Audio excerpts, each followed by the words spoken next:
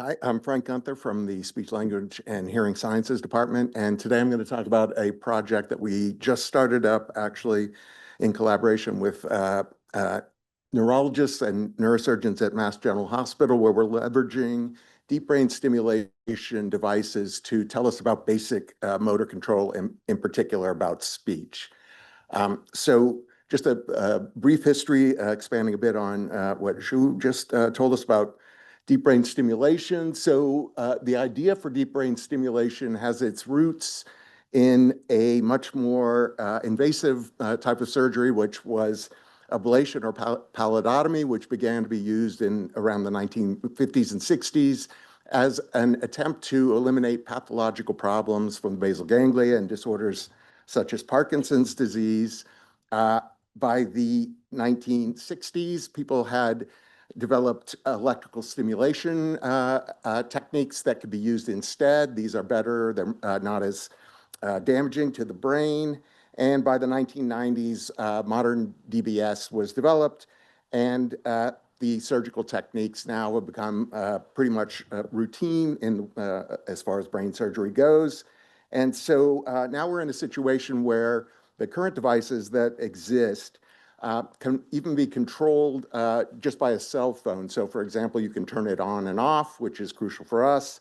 And you can also record from certain devices. So, for example, the Medtronic's Percept PC device, which is shown here, allows you to record while the device is working or when the device is shut off, while the person is still just sitting in a room. Basically, there's no wires connected to them or anything. And so we can actually probe brain function after the surgery in these patients. So these are months after surgery, sometimes years after surgery.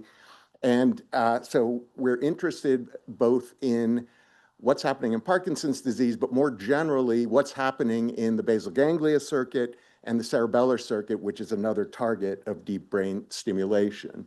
So we do a lot of work in computational modeling of motor control.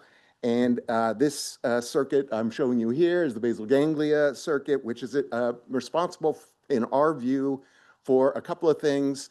One of them is learning speech sequences. So learning new words, for example, is something that we believe heavily involves this basal ganglia circuit. This circuit is impaired not only in Parkinson's disease, but also in dystonia and stuttering, which is something we study quite a lot. PD and dystonia are both treated with deep brain stimulation now quite commonly. And this involves stimulation of either the STN or the subthalamic nucleus or globus pallidus in the basal ganglia. And our hypothesis, as I mentioned, is that this circuit is involved in learning new speech sequences.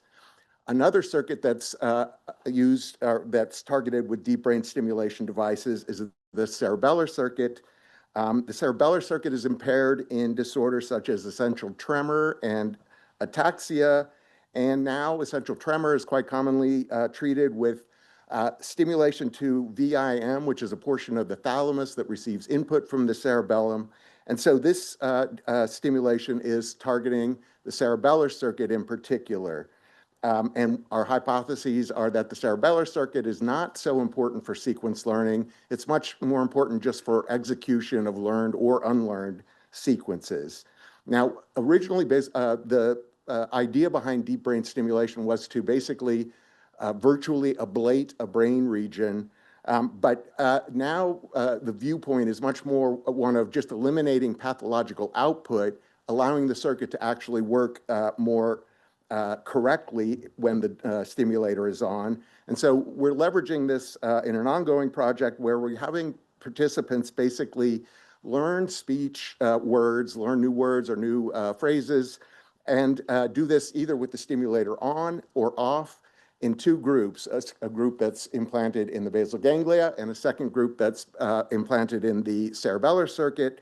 And we have differential predictions basically about what should happen when we turn off the DBS. For example, people who have STN DBS for Parkinson's disease, we predict that they will do poorly learning new words compared to when the stimulator's on. But for VIM DBS, we don't think it will matter whether the stimulator is on or off during learning. your performance will be affected, but not whether you learn the particular word.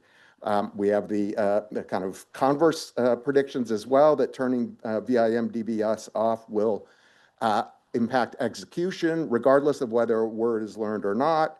And we have a number of hypotheses regarding the the signals that I don't have time to describe, but we've been able to show, for example, that when you learn these sequences, there's a change in the brain activity immediately preceding the movement in the basal ganglia.